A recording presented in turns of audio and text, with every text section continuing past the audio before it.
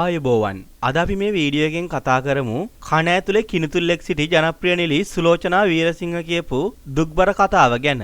අපි අපිට දැනෙන ඇතැම් සියුම් ශාරීරික වේදනා ඕනවට වැඩිය මායිම් නොකර එදිනෙදා වැඩ කටයුතු කරගෙන යන අවස්ථාවන්ට උදාහරණ හැමෝගෙම ජීවිතය ඇතුලේ තියෙනවා. එහෙම අපි ගණන් නොගන්නා සියුම් ශාරීරික වේදනාවන් කාලයත් එක්ක දරුණු වේදනාවන් වීම අපිටත් නොදැනුවත්වම සිද්ධ වෙන දෙයක්. තමන් එහෙම මුහුණ දුන්නු අත්දැකීමක් ගැන ජනප්‍රිය රංගන ශිල්පිනී සුලෝචනා වීරසිංහ සිය Facebook පිටුවට ඇඟ හිරිවැටෙන සටහනක් එකතු කර තිබුණා.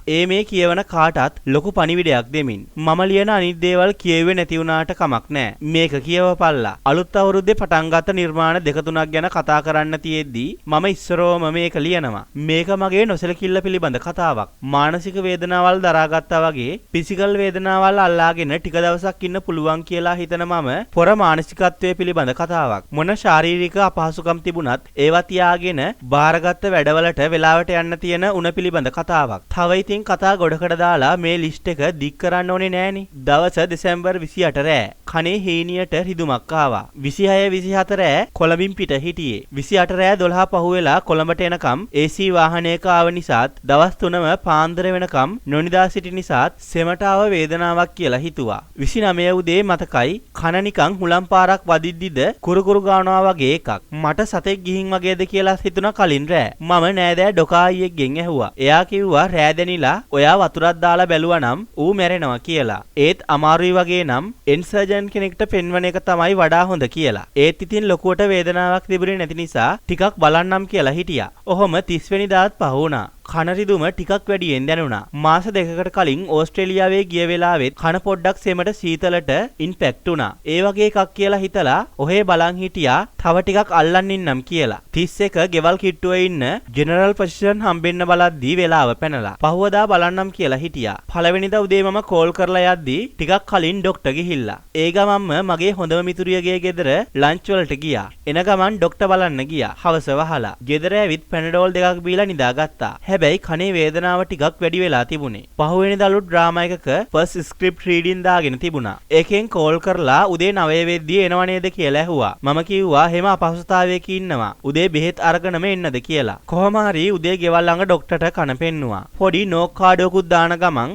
අපිව රස්තියාදු කරලා කලින් ගෙවල් වලට ගියාට මගේ විස්තර අහලා කනට ටෝච් එකක් දාලා බලලා සෙමට කන ඉදිමිලා වගේ එකක් තමයි එයාගේ තීරණය උනේ. බෙහෙත් දුන්නා. මම හිතුවා වේල් 3ක් බෙහෙත බීලා අඩුනේ නැත්තම් ආයෙ බලන්නම් කියලා. හවස තව අලුත් ටෙලිනාට්‍යයක් පටන් ගන්න එකක පොඩි මීටිමකුත් තිබුණා. හැබැයි ඒ වෙද්දි වේදනාව දැනෙමින් තිබුණා හොඳටම. මගේ යාළුවෙක් මට හේමාස් එකේ එන් කෙනෙක් ඒ වෙලාවේ ඉන්නවද කියලා චැනලින් එකක් දාන්න බැලුවා. මොකද මගේ මීටින් එක තිබුණේ තලවතු ගොඩ.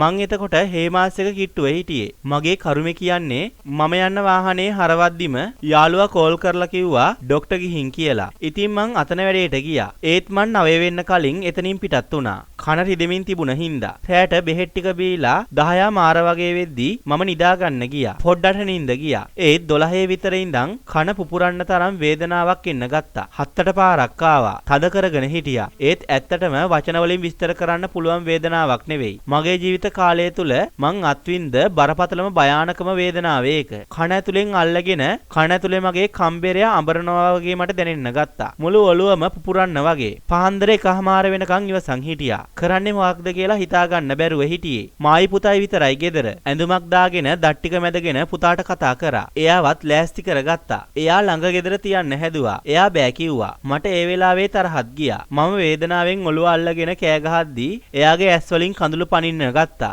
එයා බය වුණා. ඒත් මට තරහකුත් ආවා. මොකද මගේ ඒ දරුණු වේදනාව බල කිලෝමීටර් 10ක් තලවතු ගොඩට යන ගමනට එයා එන එකට මම කැමති වුණේ නැති නිසා මා කුඹුරේදී කාර් එක නවත්තලා ස්ටීරියන් වීල් එක අරගෙන මම පුළුවන් තරම් කෑ ගැහුවා. මට මගේ කන ගලවලා විසි කරන්න තරම් වේදනාවක් ආවා. පුතා අඬනවා මට පේනවා. එතන ඉඳන් හේමාස් යනකම් මං ගියේ කෑ ගහ. කොහොම හරි ඉමර්ජන්සි වෝඩ් ගිහිල්ලා මම මගේ අමාරුව එතන ඒ වෙලාවේ හිටපු ඩොක්ටර්ට කිව්වා. ඒ වෙලාවෙත් මට ඒ වේදනාව ආවා. මම කන අල්ලගෙන කෑ ගැහුවා. එයා කිව්වා බ්ලීඩ් වෙලා කියලා. කොහොම හරි මගේ වේදනාව සමනය කරන්න එයා යාට කරන්න පුළුවන් විදිහට උපරිමයෙන්ම පේන් එක මැනේජ් කරන්න මට 3 විදිහකට වේදනානාශක දුන්නා. උදේට එන්ඩ් සර්ජන් කෙනෙක්ට පෙන්වනකම් වේදනාව නවත්තලා තියාගන්න එයා කරපු දෙයින් පුළුවන් වුණා. එන්ඩ් සර්ජන් ගයිඩ් කළෙත් එයාමයි. thank you doctor Kavindu Nirangana. ඉතින් උදේ අපොයින්ට්මන්ට් දාලා ડોක්ටර් හොස්පිටල් එකට එනකල් අලුතෙන් කරන්න යන ෆිල්ම් එකේ ස්ක්‍රිප්ට් රීඩින් එකට ගිහිල්ලා විනාඩි 30ක් විතර එතන ඉඳලා හොස්පිටල් ගියා. ඊට පස්සේ වෙච්ච දේ තමයි මේ පෝස්ට්ස් වල වීඩියෝ වල තියෙන්නේ. ඒක කරගෙන ආයෙමත් ස්ක්‍රිප්ට් රීඩින් එකට ආවා. එන්නේ මේ විදිහට තමයි ඒ සිද්ධිය පවසලා තිබුණේ. මේ ගැන ඔබේ අදහස පහතින් කමෙන්ට් කරන්න පුළුවන්. ඒ වගේම අපේ channel එකත් subscribe කරන්න. මේ වීඩියෝ එකටත් like එකක් දාලා මේක තවත් කෙනෙක්ට බලන්න share කරන්නත් අමතක කරන්න එපා.